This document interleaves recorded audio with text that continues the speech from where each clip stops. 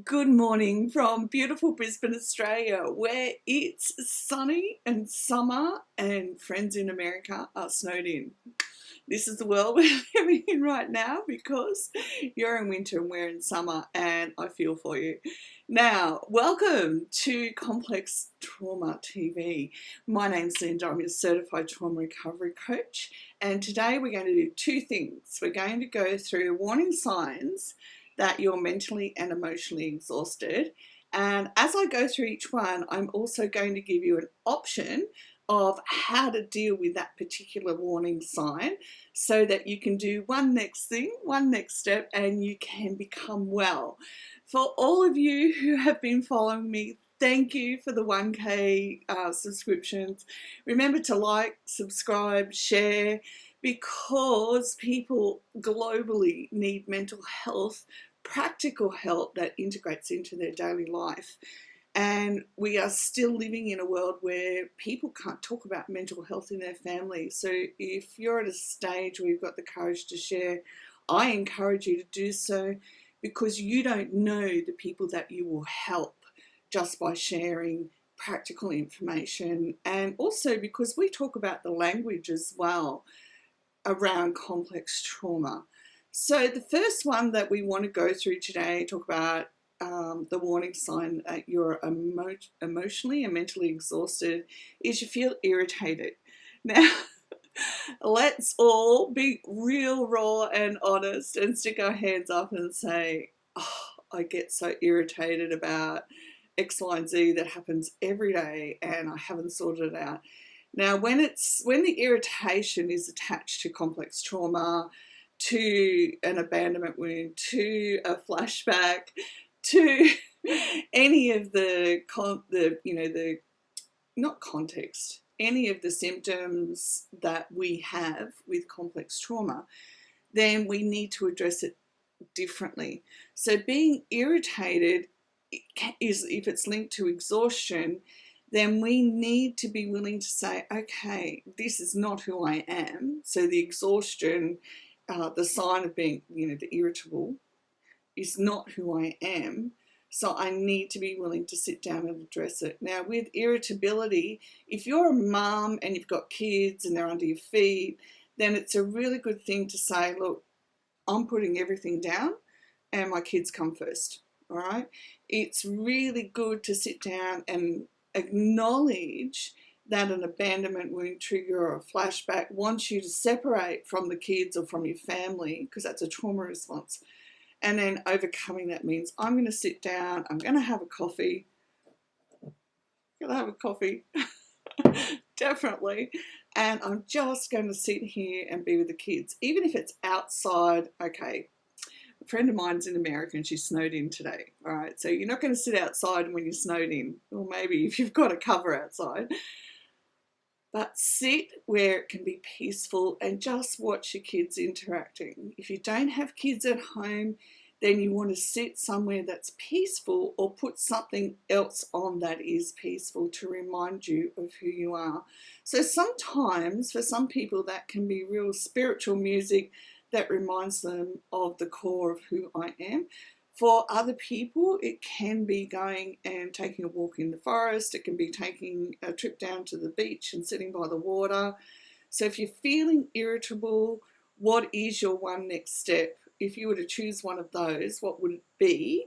And then how are you going to put it time-wise into your day? And the minute that you say, I don't have time, is the minute that you've got to make time, because this is your health. Okay, this is absolutely your health that you're talking about, and you can't afford to just let it go by, because especially when it comes to complex trauma, it impacts us internally, like the stress overwhelm, the layers of stress. It's like this compact. Have you ever seen a compactor? Years ago, when they used to just push all the paper together and down and down and down.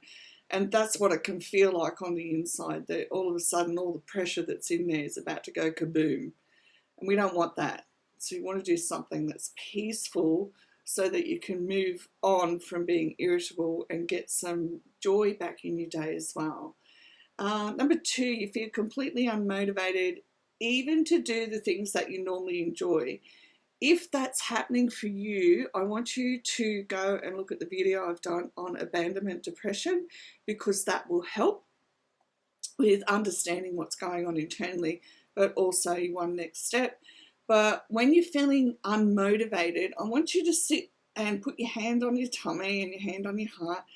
And I want you to breathe in, and then I want you to develop that feeling of joy in your tummy and get it building up inside of you.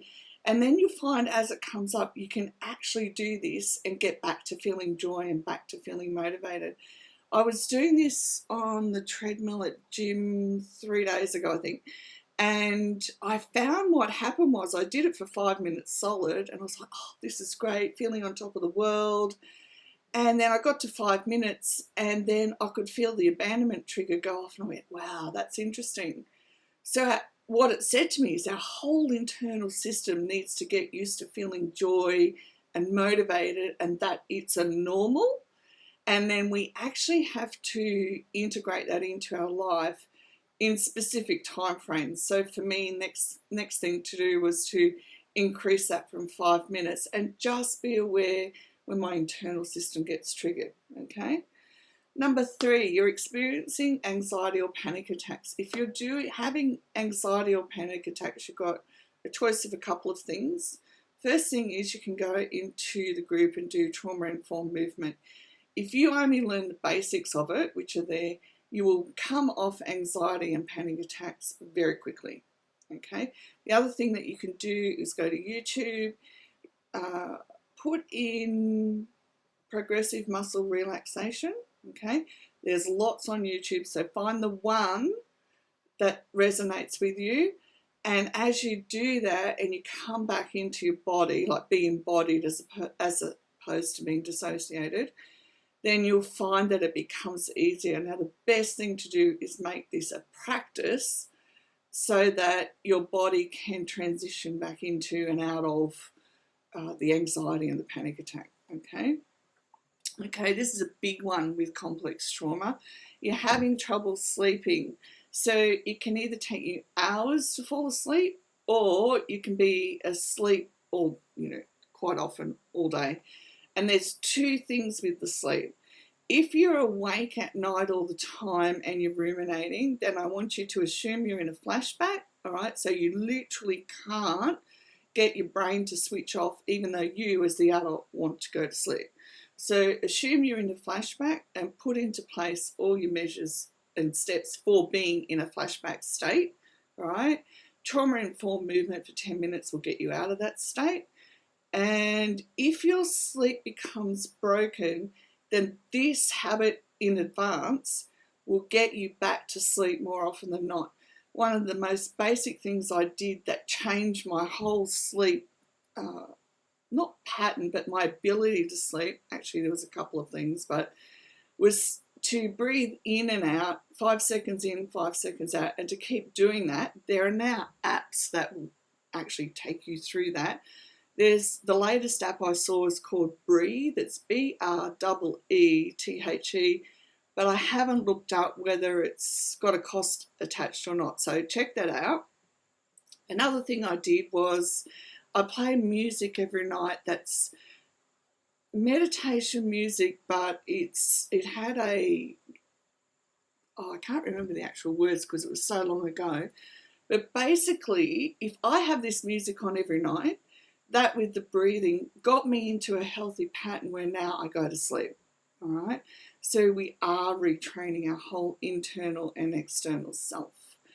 When you've got no patience and you find yourself being short with family or anyone close to you, ask yourself, am I tired? Have I slept?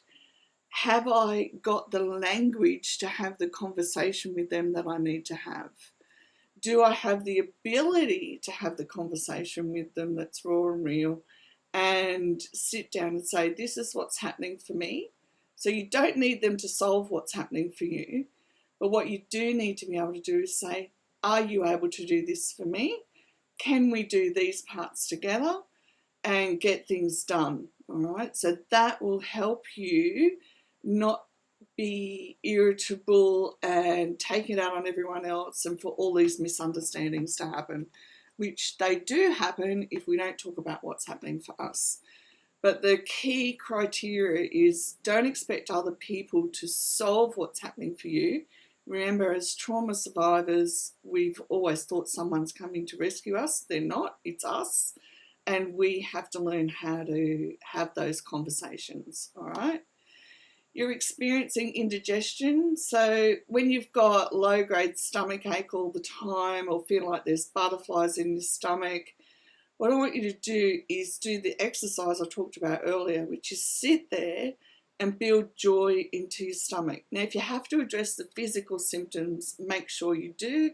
I'm all for the physical symptoms being addressed so that you can focus on the layers of you internally, okay?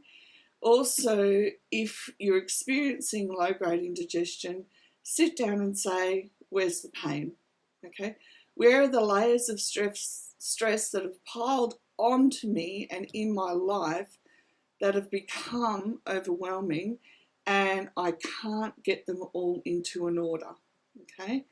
That will help you begin to be able to identify what you're doing, so if you look at it, I'm shutting down because there's too much stress, then you want to unpack the one next thing that you can do so you don't feel stressful, okay?